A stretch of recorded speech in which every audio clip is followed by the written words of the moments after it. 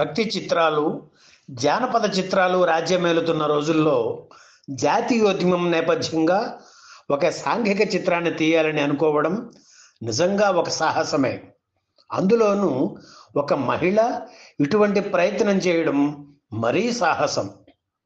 మన స్వాతంత్ర్య సమరాన్ని, ఆనాటి పరిస్థితుల్ని కథనంలో అంతర్భాగంగా మన దేశం చిత్రాన్ని నిర్మించి తెలుగు జాతికి అందించిన సాహసి నటి, నిర్మాత కృష్ణవేణి.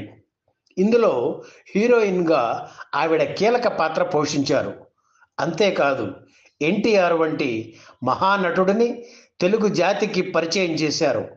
75 ఏళ్ల క్రితం విడుదల అయిన మన దేశం చిత్ర నిర్మాణ విశేషాలు ఈ వీడియో ద్వారా అందిస్తున్నాం. అది 1946వ సంవత్సరం.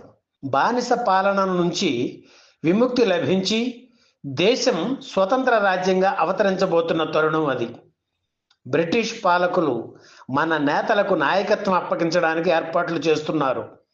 మరికొద్ది నెలల్లో దేశానికి స్వాతంత్ర్యం రావడం ఖాయమని తెలిసిపోవడంతో దేశ ప్రజలందరూ ఆనందంతో, ఉత్సాహంతో ఆ శుభ గడియల కోసం ఎదురు చూస్తున్నారు. స్వాతంత్ర్య మహోద్యమంలో ఎందరో మహనీయులు, దేశభక్తులు ప్రాణాలు లెక్క చేయకుండా పాల్గొన్నారు. వారి త్యాగాల ఫలితమే దేశానికి స్వాతంత్ర్యం. అటువంటి త్యాగమూర్తుల జీవితాన్ని నేపథ్యంగా తీసుకొని ఒక సినిమా తీయాలనే ఆలోచన కృష్ణవేణికి వచ్చింది. వెంటనే దాన్ని తన భర్త మీర్జాపురం జమీందారుకి చెప్పారు. కానీ ఆయన ఆసక్తి చూపించలేదు. వ్యాపార పరంగా ఆలోచించి జానపద చిత్రాలు, భక్తి చిత్రాలు నిర్మించి సొమ్ము చేసుకోవడం రాజావారికి అలవాటు. అందుకే ఇటువంటి ప్రయోగాత్మక చిత్రాలు మనకెందుకని భార్యకి నచ్చజెప్పారు. కానీ కృష్ణవేణి వినలేదు. అందుకే తన కుమార్తె మేకా రాజ్యలక్ష్మి అనురాధ పేరుతో ఎంఆర్ఏ పిక్చర్స్ సంస్థను ఏర్పాటు చేసి సినిమా తీయడానికి సన్నాహాలు ప్రారంభించారు. సతీమణి పట్టుదల తెలిసిన రాజావారు ఆవిడ ప్రయత్నాలకు తన మద్దతు తెలిపారు. కథ కోసం అన్వేషిస్తున్న తరుణంలో వారికి విప్రదాసు అనే బెంగాలీ నవల తెలుగు అనువాదం దొరికింది. జాతీయ ఉద్యమం కోసం సర్వం అర్పించిన ఒక మధ్యతరగతి వ్యక్తి కథ అది. ఆ కథ కృష్ణవేణిని ఆకర్షించింది.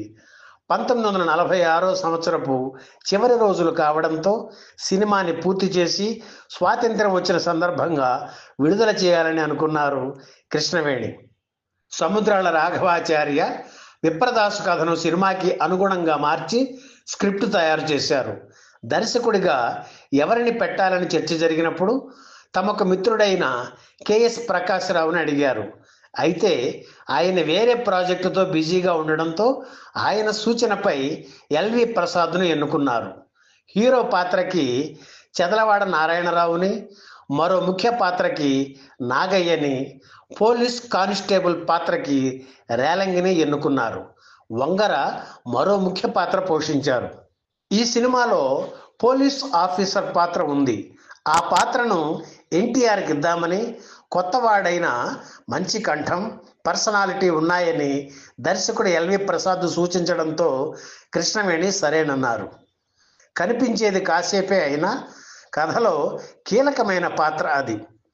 మన దేశంలో ఎన్టీఆర్ చెప్పిన ఇంత కానిస్టేబుల్గా జీవితం మొదలుపెట్టి ఈ హోదాకి వచ్చాను అంటే అనే డైలాగ్ ఆయన నిజ జీవితంలో నిజమైంది.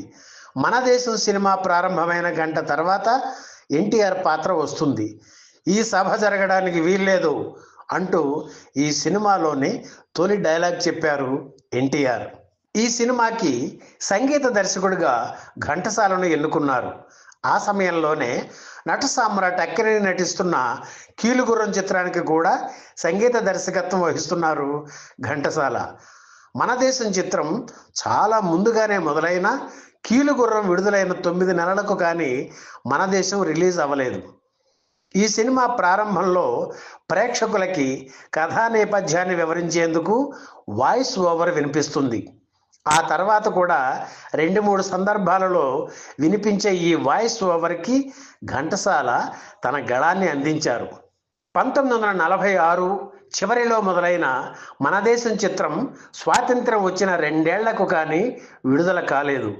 1947లోనే రిలీజు చేయాలనుకున్న అనేక కారణాల వల్ల నిర్మాణంలో జాప్యం జరిగి 1949 నవంబర్ 24న విడుదలయ్యింది. చిత్ర నిర్మాణానికి 4 లక్షలు ఖర్చయ్యాయి. మన దేశం మొదటి రన్లో 11 కేంద్రాల్లో విడుదలైంది. ఎన్టీఆర్ నటించిన తొలి చిత్రం మన దేశం. చివరి చిత్రం విజయవాడ దుర్గా కళామందిర్లో విడుదల కావడం గమనార్హం. విజయనగరం, నంద్యాల, చిత్తూరు, మైసూర్లో ఈ సినిమా ఆలస్యంగా విడుదలైంది. 1950 జనవరి 5న సికింద్రాబాద్లోని చిత్రా థియేటర్లో రిలీజ్ చేశారు. మద్రాసులోని క్రౌన్ థియేటర్లో 1950 ఫిబ్రవరి 25న విడుదల చేశారు. రిలీజ్ అయిన అన్ని సెంటర్స్లో 4 వారాలు ఆడింది ఈ చిత్రం. మన దేశం చిత్రంలో నటించిన ఎన్టీఆర్, నాగయ్య, నారాయణరావు, రేలంగి, దర్శకుడు ఎల్వి ప్రసాద్, సంగీత దర్శకుడు ఘంటసాల ఎవ్వరూ ఇప్పుడు మన మధ్య లేరు. కానీ ఇటువంటి అరుదైన చిత్రాన్ని నిర్మించిన ఎన్టీఆర్ను పరిచయం చేసిన నటి, నిర్మాత కృష్ణవేణి మాత్రం ప్రత్యక్ష సాక్షిగా మిగిలారు. 102 సంవత్సరాలు పూర్తి చేసుకున్న ఆవిడ మరిన్ని రోజులు మన మధ్య ఉండాలని ఆశిద్దాం.